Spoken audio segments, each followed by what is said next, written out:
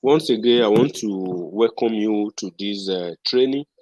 This is the May cohort. We've actually been doing this training since 2000. Okay.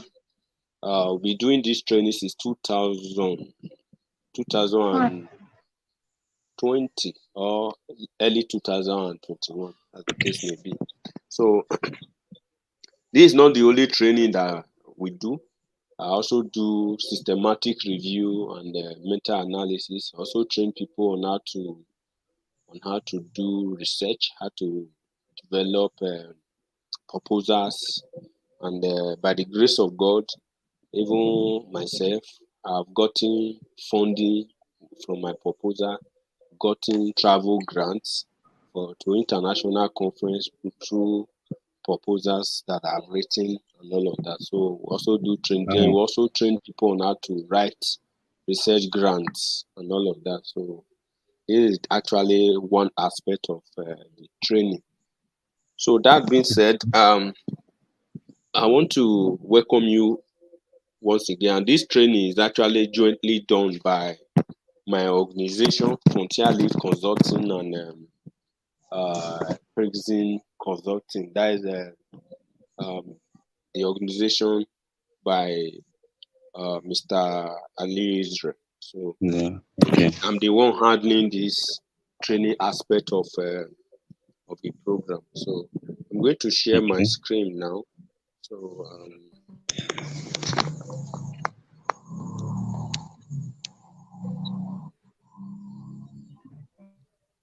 I think my slide should come up now. I think you can see my screen. Yes. So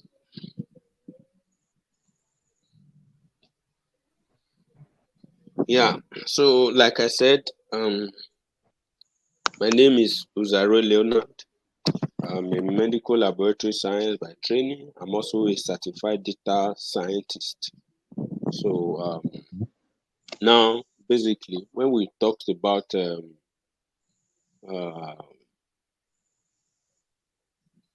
statistics, there are certain things that we need to bear in mind.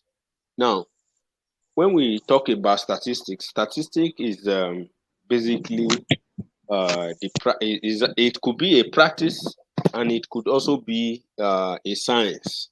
Now, when we say a practice, we are talking about the application of statistics in the application of statistics to implement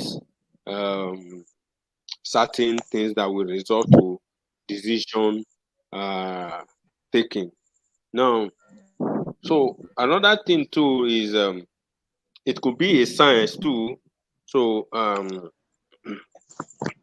now when we say a science, we are saying it has to do with the art of collecting data, the art of collecting data, not just only collecting data, organizing the data, then analyzing that data. Now, the data that we are talking about here, it could actually be two. It could be a numeric data or not numeric. But the truth is, majority of data are actually numeric data. So when we say numeric data, we're talking about data that have to do with numbers. For example, data when you're talking about glucose level. Now, when we talk about glucose level, it could also be quantitative. For example, you can say that the person's glucose level is high. That is, you are quantifying it in a semi-quantitative manner. Now, another thing too is it could be a quantitative data or numeric data. That, for example, you said the person's glucose is 7.2 millimole per dl or per liter, as the case may be. So that is another one. Then there are some aspects of research too that have to do with what we refer to as non-quantitative analysis. Now those are the aspects that have to do with, for example, when you are looking at a government document, you are reviewing, just trying to check what the person says, for example, when you conduct interviews or focus group discussion and all the likes, you are not necessarily going to be dealing with numeric data. Rather, you'll be dealing with qualitative data. Now, another type of qualitative data too is, for example, when you run a malaria test. Now, the person could have malaria or do not have malaria. That's a qualitative data when you are talking about the presence or absence of malaria. But when you are not checking, for example, how many pluses, you are talking about semi-quantitative. But when you are not talking about the parasite density, you are talking about um, quantitative. So I Quantitative. don't know if that is clear enough. Now, the Yeah. reason why we analyze data basically is to enable us to infer, uh, to make an inference from the whole sample. Now, what I'm saying in essence is, it's just like, if you remember, I think it was 2018 or so, when we spoke about when Nigeria conducted a study that was like this NICE. I don't know if you heard about that study. NICE, when they were trying to check Yes. for HIV, the actual prevalence of HIV in Nigeria. I know there were a lot of things that were coming up. So we are saying that the prevalence of HIV in Nigeria is 60%, 70%. So the US government, who was actually the main people funding HIV intervention in Nigeria, decided to carry out an independent study, although it was still kind of dependent on government, but it was keenly supervised. So because of that, there were not really manipulation. Now, the reason why I'm bringing this up is because we are saying that you make inference from proportion in the whole, from those representative sample. You notice that not everyone, not everybody was sampled. In fact, they couldn't. There is no. It's not possible for them to sample the whole Nigeria. So what they did was to do what we call sampling. They calculate sample size based on Nigeria population. And what did they do? They now collected sample from those population and determine the different tests they did. Then they now make inference based on that um, sample they collected. Now, it Collected. therefore means that for you to be able to make an inference from a sample that you've taken, those sample must be what's representative. So that what will bring us to what we call sample size. Now, if you are doing a study, I know you might be very aware of this during your undergraduate. Now, when you are probably when you are meeting your supervisor will ask you, how did you determine your sample size? Even at Size. MSc level, at PhD level, even when you want to publish a paper, they want to check how you determine your sample size. Sample If the size. sample size determination is wrong, whatever information you are going to be drawing from it is wrong. That's why I've seen people that were sent back from defense. They've done all the analysis, but when they were asked what was the rationale behind your sample size determination, they weren't able to answer. So, and it was proven that they didn't take enough data. So it therefore means that it is better to have large amount of data, more data, than have less data. So if you have more data, what it means is that your output will be more correct. So if you are supposed to use, let's say, 100, you are using 200, you're actually increasing the correctness of whatever inference you are going to be making. So that is that.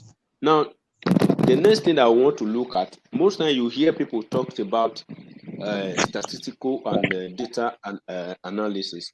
Now, when Mm. we talk about statistical analysis, We are simply talking about investigating trends, patterns, and relationships using quantitative data. So I need you to get that very correctly. When you hear someone talking about statistical analysis, what the person is actually talking about is talking about uh, the means by which you analyze or investigate trends in a data. Or another thing is to also check patterns. Uh, when we talk about patterns in this sense, we're talking about, okay, between male and female, who is having more, between certain age group, which is having more, within even that age group, those that are within the treatment or the control group, which one is having more. So that is that. And also checking the kind of relationship that exists between two groups. Now, when we talk about data analysis, it's actually a process of inspecting, cleaning, transforming, and modeling data with the goal of discovering useful information, then informing conclusions and supporting decision making. Now, the measurements contained in a research study are actually called data. Now, most time you hear people talking about data, data, data. Now, data simply mean the measurements that you obtain or that you collect from a study is what we refer to as what as Data. as data. Now, it therefore means that measurement can be in different forms. So the next thing is that why do we collect data? Now, the major reason why data are collected rather is to make sure that um, you are able to what it help researcher to organize and interpret the data. That's actually the goal of every statistic. The goal of any statistic is to help the researcher or whoever that is there to what uh, is to actually help them to what to analyze, to organize, and interpret the data. Then the next thing that I want to look at now, statistics can actually be divided into two. Now, we have what we refer to as theoretical statistics. Now, when we talk about theoretical statistics, this is just have to do with the kind of statistic that you see in textbooks when you when you look at okay algebra or even statistics that were taught in secondary school at the universities to some extent when we're talking about mean, median, mode, and all of that. But where the theoretical statistics is just the mathematical aspect of statistics. Now, Statistics. what, for example, you as a biomedical scientist, for example, and someone that did normal statistics, if both of you, for example, me that God have helped me to actually develop my competence in statistics, for example, if Okay. I'm doing a study in any medical related statistics work rather, and another person who is not a biomedical scientist is doing that same work.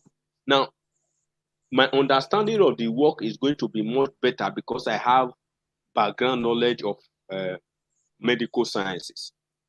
Okay. Now, for the person that is just a statistician that may not really have knowledge of medical sciences. Now, the person may have a whole lot of theoretical knowledge about statistics. Even yes, even also have application knowledge too. Now, it therefore means that the application, the applying the statistic that you know in a particular to use it to solve a particular problem is what is referred to as applied statistics. It's just like when you hear applied sciences and pure sciences. Pure sciences are, for example, chemistry, biochemistry, all these other physics Okay. and all the rest. But when we are talking about applied, for example, you have applied chemistry, industrial chemistry. You know, Those are the aspects that is applying the knowledge of those, or not just only having the knowledge, but applying it to what to solve problems. So Okay. based on that, based on applied statistics, we have two types. It could actually be descriptive statistics. Sorry, it could be a descriptive statistic, or it could be an influential statistic. When we talk about descriptive, now when you hear the word descriptive, the next thing that comes to your mind is what is to describe. Now, any Yes. statistic that describe a particular data set is actually a descriptive statistic. For example, when you're talking about mean, median, mode, range, interquarter range, first quarter, 25 percentile, 50 percentile, 75 percentile, 95 percentile, and all the rest. All those ones are what descriptive, because you are describing this data, percentages. You are trying to do, okay, this is the percentage of so and so. So all those are what descriptive. But when you are applying, when you are now making influence, when you are drawing conclusions about a population based on the data that you have observed in the sample, it is what influential statistics. For example, when you are talking about the mean, is there statistical significant difference between the glucose level of male and female? You are not drawing conclusions. But when you just say what is the mean of male and what is the mean of female, that is what descriptive. You are describing the mean level of each of these one. But when you are not trying to check, is there relationship? Is there variation? Is there a kind of relationship between A and B? Then we are talking about applied, influential statistics. Now, just like I said descriptive statistics are methods for organizing and summarizing your data. Now, for example, tables or graphs are used to organize data, and descriptive values such as the average score are used to summarize data. For example, let's say you've analyzed glucose level for 1,000 patients. Now, it will be of no use. For example, let's say in your thesis or in your dissertation or in your project, you now write all the value for each of these person there. It does not make sense. But when you now say the mean of this 1,000 people, the mean level of the glucose of the 1,000 patients that I analyzed is so and so. You have summarized the data. Are you getting me? Yes. Now, when you also check, okay, the number of male and the number of female in that group, you are also describing the data. The data. Yes. When you are saying the value of male is this, the value of female is this, you are describing and summarizing the data. So that is what descriptive statistic is in a nutshell.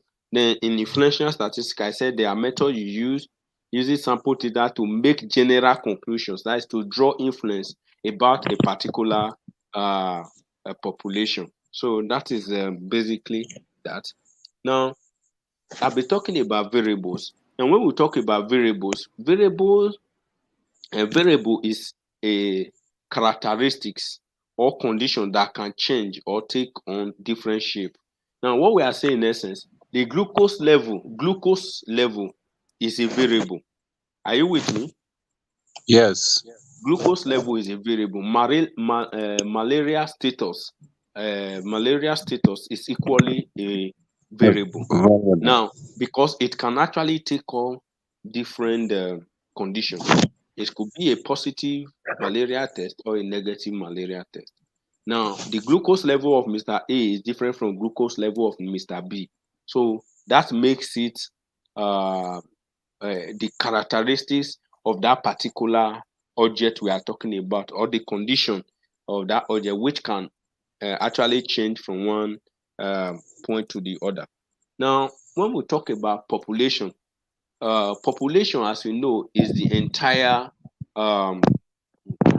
group of individuals in a particular area. For example, the whole population of Enugu State or the whole population of Enugu or the entire people in Enugu is a population. The entire people in your hospital is a population. The entire people in your university is a population. Your class could also be a population. Are you getting me? Yes, sir. Even your class could equally be a population too. So, for example, we are saying that a researcher may be interested in the relationship between class size. Now, class size is variable 1, and academic performance is variable 2 for a population of third grade children. Now, what we are saying in essence is that all the children that are in third grade are actually population. Let's say let's say in the whole Enugu State, you want to check the performance of all the children in primary 6. So in the whole of Enugu, primary 6 students represent a population. Are you getting me? Yes. Nigeria is a population. Okay. Enugu could also be a population. Your local government could also be a population. That's why most time when you see some study, they will tell you, let's say prevalent so and so in certain local government. So they are telling you that this study that we did, though, it was only meant for this local government. Are you getting me? Yes. Or it's for this country, it's for this state, it's for this geopolitical zone. So that is that. Now, when we talk about sample, usually population are so large, like I mentioned when I was describing the study, the Naher study to you. I make mention to you that they could not take the sample of the whole Nigeria. So what did they do? They have to they could not take the sample of the whole they couldn't take do the test for the whole population. So what they did was to get a sample from the population, and they make sure that the sample is representative. So is that clear? Yes. Yes. Now, this is what I mean. You can see from this cycle, you can see the population have to do with what? The entire individual of interest. Why the sample is the individual selected to participate in the what? In the research study. Now, the sample is selected from what? From the population. Are you getting me? The sample, for example, you can't be working, let's say you are doing the study on neonates. You can't go and take a sample from children, let's say children of 10 years. So it's no longer that when we talk about neonate, I'm talking about children that are 5 years and below. Neonates are even less than 1 year children. So for such study, the study must be within those within the population that you've selected. So, but your sample must be collected from what? From the population. And the reason why you need to collect the sample from the population, because you are going to be making an inference later to the population. Are you getting me? So that's why when the NIS result was released, they did not say the HIV prevalence in the 54,000 people that were collected was no.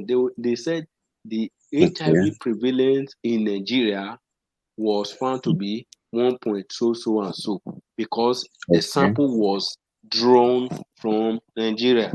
So is that clear? Yes, sir.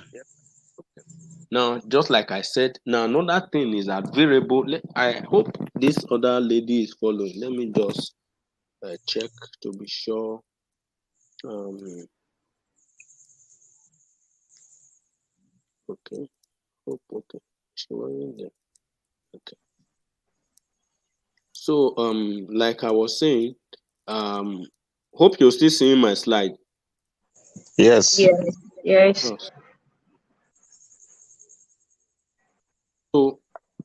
variables, like I mentioned, could actually be, we have different types of variable depending on the context upon which you are looking at it from. Now, if we are looking at it from the aspect of this, it could actually be either a qualitative data variable rather, or quantitative variable. And when we say something is qualitative, it means we're talking about something that is present. For example, nominal. When you say something is nominal, we are talking about something to nominate. Now, when you say someone do a malaria test, the person could the malaria test could be positive or negative. So you're actually nominating the person based on what the outcome of the test that you did. Is that okay? So Yeah. you're not writing numbers. You're writing either malaria parasite seen or malaria parasite non seen. So the next is ordinal. Now, when we talk about ordinal, we are talking about order, something that is in form of rank, that is in order, high, low, medium, just like malaria too. Could be a 4 plus, could be a 3 plus, could be a 2 plus, could be a 1 plus. So that is that's something that is graded. Now, the next thing is discrete. Now, when we say something is discrete, we are talking about something that is kind of a form that you can actually you can take the value from zero. So another thing is when we say something is continuous. For example, age is continuous. Glucose level of somebody, or glucose level is a continuous variable, because you cannot you can't actually restrict it. So that is that. Then another thing too is that variable can also be we have variable type. So it could also be categorical. So I've mentioned two types of variable now. It could be a qualitative variable or a quantitative variable. Then it could also be a categorical variable. Now, most times qualitative variable are always also categorical. When you say categorical, present or absent, yes or no, positive or negative. So that is that. Then when you say numeric, now it could be interval or ratio. So it can be between here and here, and it can be between ratios too. So that's that. Now, the next thing I want to quickly talk about is, most times when you are doing your analysis, you always keep hearing those two terms. You keep hearing dependent and independent variable. Now, when you say something is So dependent, you are saying is we actually can barely hear you. depending. Can you Hello? hear me? Can you There's hear a kind me? of noise at the background. Hello? It's not from here. It's not from here. Okay, it's not from you. All right, maybe it's from No, my no, no. end. Is be the hello?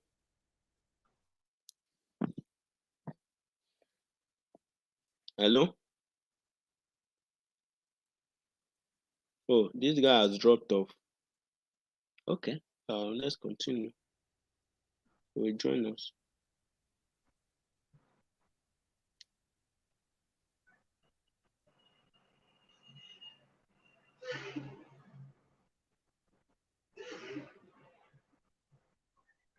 Hello? Yeah. So I was saying that we have two terms that I will want to quickly describe again. Is we have dependent variable and independent variable. When you say something is dependent, from the word dependent, we already know what we are talking about. We're talking about a kind of um, a variable. Dependent variable now is a variable that depend on a particular um, on a particular something for the effect to be seen. Now, what we are saying in essence is that a dependent variable is usually something that depend on another thing to what for the effect to be seen. So the effect is usually the effect of whatever that causes. Let me use this. Whatever that causes, whatever that brings about the cause, the causal effect is usually the independent. While upon where the effect is seen is the dependent variable. Now, what I'm saying in essence is that plant, sunlight, fertilizer, all those are independent variable, but the length of a plant could depend on sunlight. It could depend on the fertilizer. It could depend on the water source. It could depend on the sun source, on the sunshine. So we see that the length, the fruit size, the leaf size, and all of that are actually dependent variable. The reason is because they are depending on some other things, but the sun is not depending on anything. Fertilizer, it does not depend on anything. So you can see that what is causing effect is the independent, while the effect is the dependent variable. So this is very, very essential. Can you hear me, ma? Yes. Okay. Now, this was what I was trying to explain in this picture. Now you can see that this is a researcher, and this researcher is applying fertilizer X in his experiment. So you can see now this fertilizer is the independent variable. Now the dependent variable is the variable affected by change in independent. Now remember that this researcher can decide to change this fertilizer to, let's say, this what's it called?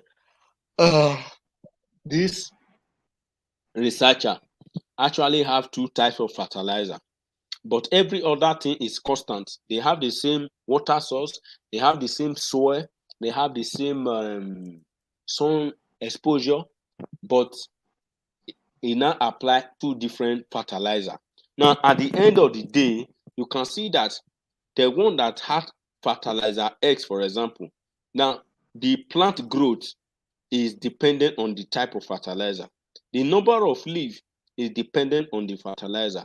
The number of fruit in the experiment could also depend on the fertilizer. So you can see that in this experiment, every other factors or condition were constant except fertilizer. So you can see that the fertilizer that is applied for this smaller plant is less effective compared to the one that is applied on this. So that is how you determine your cost and your effect. Now we've talked about what a nominal variable, I said, is a quantitative that categorize or describe or name an element of a population.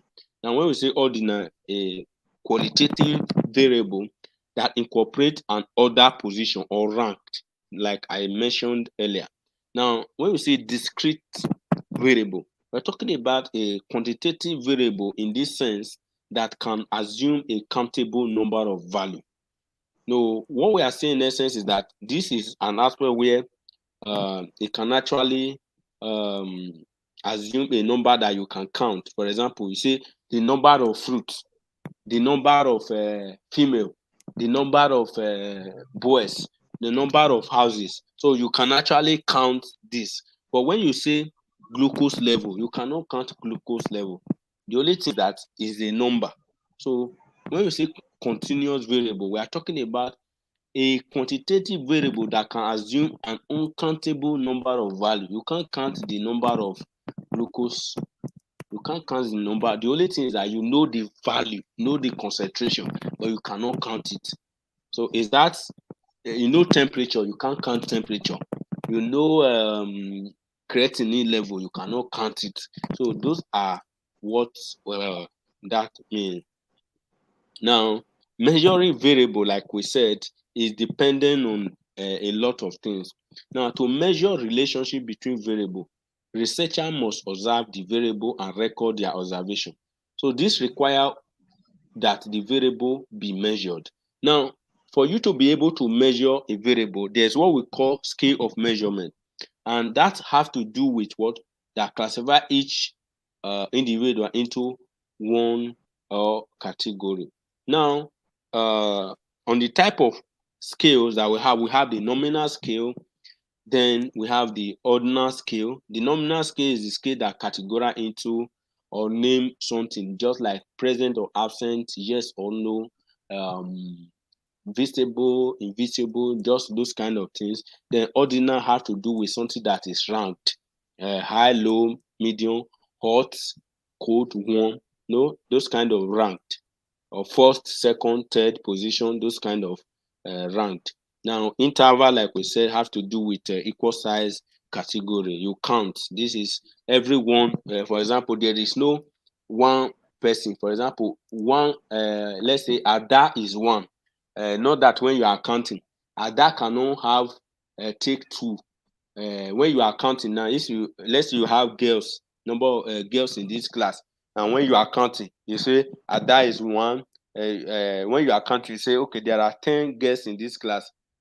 It can only be 10 if there are 10 girls there. You can't say, for example, Ada now, you will count Ada twice. It's not possible. So that's no longer equal distribution. There are different trees. You can't count. If you are counting the whole tree in this forest, each tree will have the same assigned number. So that is that. Then when you talk about ratio scale, it has to do with a scale where a value of 0 is indicated. For example, you can have 0, you can have 2, you can have 2.5, you can have 2.6, you can have 7, no, so and so on. Now, we want to quickly talk about data collection. Now, when we talk about data collection, we are talking about the aspect that have to do with you collecting your data for a very important aspect. Now, what I'm saying in essence is looking at this, you can see that for you to collect collect data set, you have to what? Overcome the first problem. Actually, collecting data is the first hurdle that every researcher will always meet. Reason being that if your data is not well collected, it will impact every other thing that you are going to do afterwards. Now, for statisticians, biostatisticians, medical statisticians, and all of that, you have to first and foremost obtain your data. And one reason why it's very important is that your output or your result or your outcome is as good as your data. And the data you are going to collect must be a good and also a representative data. Now, and also, influence that you are going to make is going to depend on the type of data or the correctness of the data that you've taken. So influence can only be as good as your data. So we need to settle that in our mind that you cannot have a data that is better than how you cannot have a judgment that is better than the way the data was collected. Now, using this as an example, you know, somebody can have a very wonderful case and take the case to court, but if the person do not present evidence, verifiable evidence, no matter how good the case is, the court will still dismiss it based on inadequate information. So same also is for data. The kind of information or the kind of output or outcome that you're going to give to your study is actually dependent on how good your data collection is.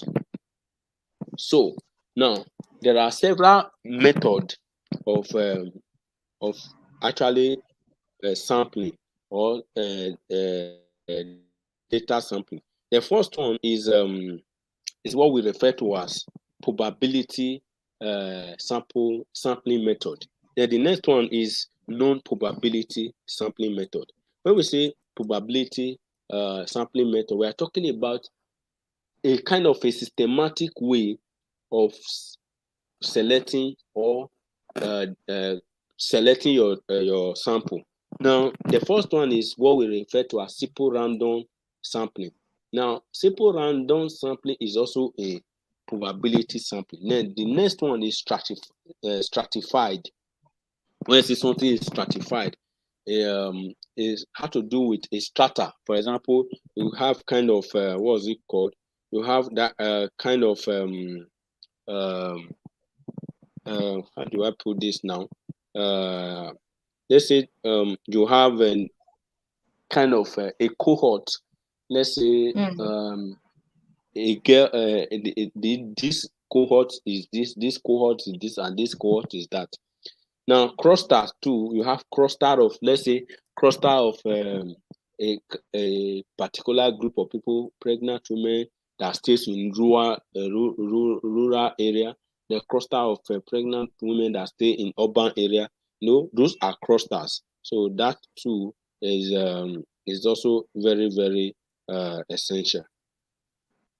Now, why did probability technique have to do with purposive sampling or quota sampling, then covariance? Now, to explain this is actually what I mean. You can see this is random. You can see that starting from here, this guy collected from here, then he left these two, collected the next one, then he left these three, collected this, then he did not leave again, collected, then he left this one, collected this one. So this is actually kind of a random sampling. Now, the next one is stratified. When you say something is stratified, you can see that all the blue are together, while all the green now are together. So you can see here, he collected 2 among the green, then collected 3 among the blue. Are you there? Yes. Hello? Okay. Hello, Now I'm the here. next one is the next one is systematic sampling. This is actually the most effective, efficient collecting or sampling method, but it is very, very expensive. In fact, it hardly happens. Now you can see here the way it is done. You can see collected left the first one, then collected, left the next one, the next two collected, the next two collected, the next two collected, the next two collected. So this is systematic. Now the next one is clusters. Now for clusters, cluster. Now the difference between stratified and cluster sampling is that you can see for stratified they have the same group of people in a particular group. Now for clusters they are 3, but they are mixed. So you can see here now, have this cluster, have this cluster, they have this cluster, they have this cluster. So this is the probability sampling technique. Why the non-probability technique? You can see here that this is the convenience method. This is actually what most people want to do. The convenience method. They just come now, okay, whatever that is available, I'll take your sample. Now, just imagine you are doing a study that have to do with, let's say, with children that is 5 years. But because you can't get children of 5 years, you now decided to go and collect from 10 years. You know that is the outcome of that result is already faulty. Now, the next one is purposeful. Consider yes, in as much as is not able to do systematic, but is still able to at least pick some, then this is voluntary response. So for this one, you just call, and whoever that responds, you take their sample. Now, showboard technique has to do with one is here, then you come here and just pick as many that you can. So that is basically how it's done. Now, when we're talking about method used to collect data, it could be either an experiment. When we say an experiment, in this regard, the investigator is controlling or modifying the environment and observing the effect on the variable understood. For example, let's say you want to check the effect of high cholesterol on the weight of an albino rat. No, you have to have your case and control group. Now, for your case, you have to be giving them high cholesterol food. Then you will be monitoring their weight over time in comparison with the control. You know, this one there is intervention. You are intervening because you are actually giving them something. But unlike, for example, you just randomly go and collect, look at people and collect their sample and check their collect or their weight or take their weight. But this one, you are actually intervening. You are uh, you are introducing an intervention, and that intervention you are introducing is the glucose, their diet that you are changing. Then the next one is survey. Now, survey is simply, for example, okay, you want to do a study among pregnant women. Now, you are not giving them anything. The only thing you are going to do is to just collect their sample or ask them questions, administer questionnaire to them, then and you go. Now, the next one is census. We are very familiar with this. For census, it has to do with everybody in the population. You count them, or you administer the questionnaire to them. But it is usually not practicable because of the cost that is usually administered with it. Now, there are a whole lot of technology and statistics that have involved. Now, before the advent of some of these softwares, calculators, we use calculator, we use this and we use that. But now, many statistical techniques are now be make available through development of softwares. And some of these statistical software packages, we have the SPSS, which is what we are going to be using for this training. Then we have the Excel. Also introduce you guys a bit, just the surface of Excel. Then we have the R, we have the Python, we have the Minitab, we have the Stata, we have SAS, and we have Graph Prism, we have Graph Pad, then we have Start Graphic. There are so much. So basically, that is a concise of the class. So thank you for the class. So at this moment, I'm ready to take your questions. All right, thank you, sir. I think I at least I was able to grab one or two, despite still at the office. I'm on afternoon shift, so So when will you now close? I've closed already. I closed by 8. Oh, okay. You have to stay back because of the training. I have to stay back. Let me go and face traffic. Hi. I hope your house is not far so much. It's not far, but the traffic will make it to be far. It is well. Okay. That's why I can't walk. I can't stay in Lagos for a break. You guys have left us. You are trying to come out. Yes. All right. So, be there any question so far? Well, is the aspect of the nominal ordinal interval ratio. Okay. I didn't get that area very well. Okay. I'll take you back then.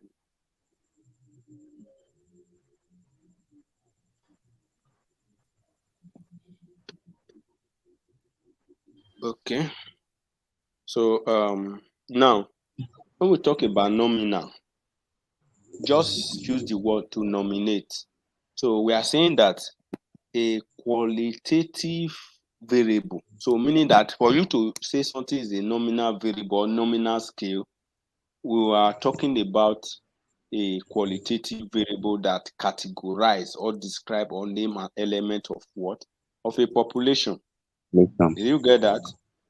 Yes. Now, when we talk about ordinal from the word order, ranked, Mm. is also a qualitative variable. But in this Okay. case, it incorporates an order or position or ranking. So when we talk about hot, cold, warm, high, Okay. low, Hi. So, medium, okay. first, second, Mm. third, something ranked. Then when we talk Okay. about discrete variable, now in this case, we are talking about quantitative, we are talking about numbers. And Okay. in this kind of numbers, we are talking about number that can assume a countable number of value. For example, you Okay. can count the number of girls, the number of boys, the number of men, the number of Okay. companies, the number of laboratories. All those are discrete. And the reason why we call them discrete because everyone have the same value. Are you getting me? The Yes. value of one girl is the same for another girl. Are you getting me? Yes. Mm-hmm. You can't have 10 girls in a place when you are counting. You now get to number 9. You will now say, I'm giving you, you are 2. So it will now be 11 instead of 10. It's not possible. Either you Okay. have 9 and have 10 girls if you are counting all of them. So that Mm. same with tree. If you are in the forest and you are counting the trees in the forest, you can't give one particular tree. If it's all the tree you are counting, each of them have the value of what? Of 1. Are you getting me? Mm. So you now Okay. count and say, okay, the number of trees in this forest is 28, is 29, is 30, is 40, is 1,000, is 1,000,000. You get? So they are Okay. discrete. But when we Okay. talk about continuous, and a discrete is also referred to as interval. Are you getting me? Okay. Interval Okay. scale. So usually in the scale too, we have nominal scale.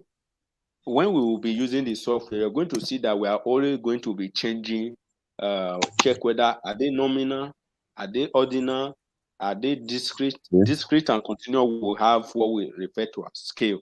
So Okay. now when we talk about continuous variable, we're actually talking about a variable that can assume uncountable number.